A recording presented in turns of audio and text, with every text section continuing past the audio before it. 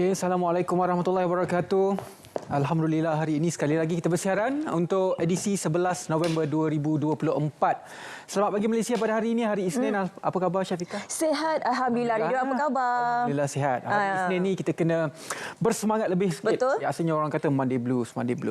Kita kena lebih bersemangat. Hari Isnin, hari pertama. Tarikh pun cantik. 11. 11. Jadi kan banyak sebenarnya platform-platform yang menawarkan promosi-promosi dan juga diskaun-diskaun istimewa bersama dengan tarikh yang cantik 11 ini. Tapi ini menunjukkan bahawa pertumbuhan ekonomi yang semakin rancak dan juga perbelanjaan rakyat Malaysia sekarang ini menunjukkan bahawa kita ada satu pertumbuhan ekonomi yang sangat positif. Ini satu berita gembira yang sebenarnya patut kita terima dan juga patut kita sahutlah. Jadi bukan saja 11 yang kita nak cerita pada hari ini. Kita nak cerita juga, nak berkongsi kepada anda semua bagaimana kita nak kawal pengurusan keuangan. Ya. Syafiqah dia cerita pasal 11 sebab semalam semua kad dia tu dalam semua platform membeli belah di dalam talian itu semua dah kosong. Dia dah clearkan sebab banyak diskaun semalam. Oh, sebab banyak diskaun. Saya tak sempat sebab apa? Saya tidur pukul 9.30. Ada lagi. Hari ni. Sampai pukul 12 nanti. Ya ke? Sampai pukul 12. Lagi 11. Kita bertugas sampai pukul 10, ada 2 jam lagi lepas tu. Tapi saya tak banyak dalam kad saya.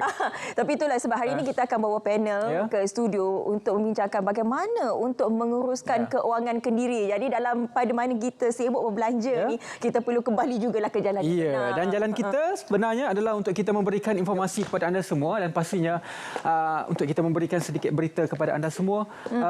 Seperti mana yang kita semua tahu, Perdana Menteri kita sekarang berada dalam rangka lawatan kepada 4 buah negara. Bermula di Mesir selama 4 hari dan selepas itu akan ke Arab Saudi, selepas itu akan ke Peru dan selepas itu akan ke Brazil.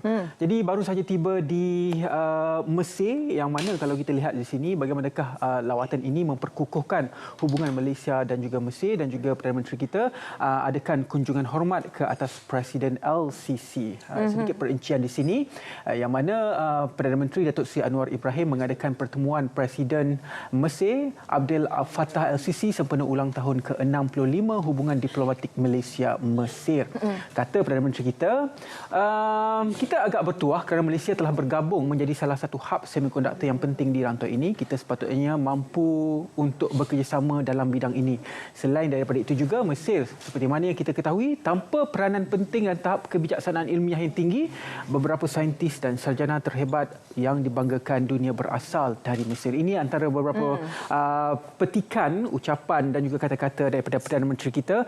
Bagaimanakah kita menghargai hubungan diplomatik kita Malaysia dan juga Mesir yang mampu untuk membuka ruang pelbagai lagi bidang selain daripada ekonomi. Menyentuh mengenai menghargai sokongan Mesir. Kalau kita boleh lihat juga, kita sebenarnya amat berbesar hati apabila Mesir sebenarnya menyokong perkembangan dan juga apa yang kita mahukan sebenarnya dalam BRICS. Jadi kalau kita melihat perinciannya di mana yang amat berhormat Perdana Menteri Datuk Seri Anwar Ibrahim kata selain BRICS, pertemuan beliau bersama dengan Presiden Mesir turut menyentuh beberapa pelbagai perkara dalam usaha memperkukuhkan lagi hubungan strategik kedua-dua negara. Dan pada 24 Oktober yang lepas, Malaysia diiktiraf sebagai rakan BRICS beserta 12 negara lain iaitu Algeria, Belarus, Bolivia, Cuba, Indonesia, Kazakhstan, Nigeria, Thailand, Turki, Uganda, Uzbekistan dan juga Vietnam. Ya, dan kalau kita lihat di sini, BRICS asalnya merangkumi Brazil, Rusia, India dan China.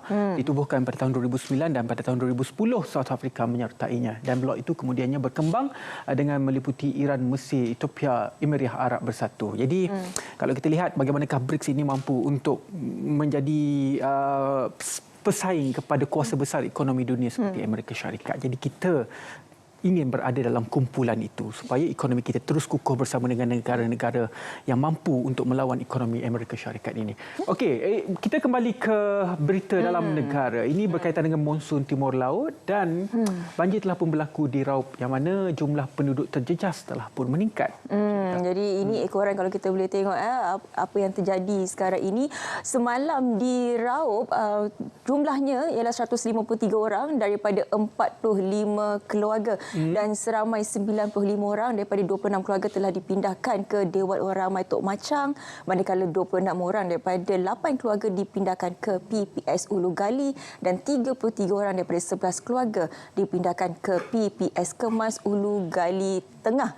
Jadi kalau kita boleh lihat, APM telah membantu memindahkan penduduk terjejas ke PPS dan mengambil maklumat mereka. Ya. Okey, sedikit. Selain daripada itu juga, Syafiqah, sedikit berkaitan dengan ini juga menarik untuk kami kongsikan bersama dengan anda. Di mana remaja hamil KPM akan guna modul Peers dalam kurikulum persekolahan 2027.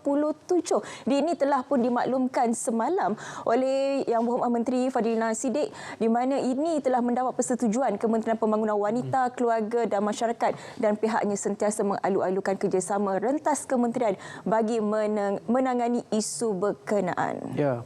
Ini adalah isu yang dikatakan adalah isu gangguan seksual, isu kesihatan gadis, sentuhan selamat dan tidak selamat yang masih lagi kita laksanakan di peringkat KPM. Jadi untuk memperkasakan perkara ini supaya tidak ada lagi isu-isu yang berkaitan dengan gangguan seksual di peringkat kanak-kanak. Ini sangat penting untuk kita memastikan keselamatan anak-anak kita berada pada tahap yang paling maksimum ketika berada di sekolah. Ya. Okay. Jadi seperti mana kami maklumkan tadi, kalau anda bercadang hari ini untuk mengambil peluang 11-11 ini, rancang bagaimana keuangan anda. Ya. Tapi jangan risau, kita akan bersama dengan pakar dan juga panel selepas ini untuk membincangkan bagaimana untuk menguruskan keuangan anda. Ya, ini sangat penting. Saya kira ramai di antara kita yang mengalami cabaran dalam menguruskan keuangan. Betul.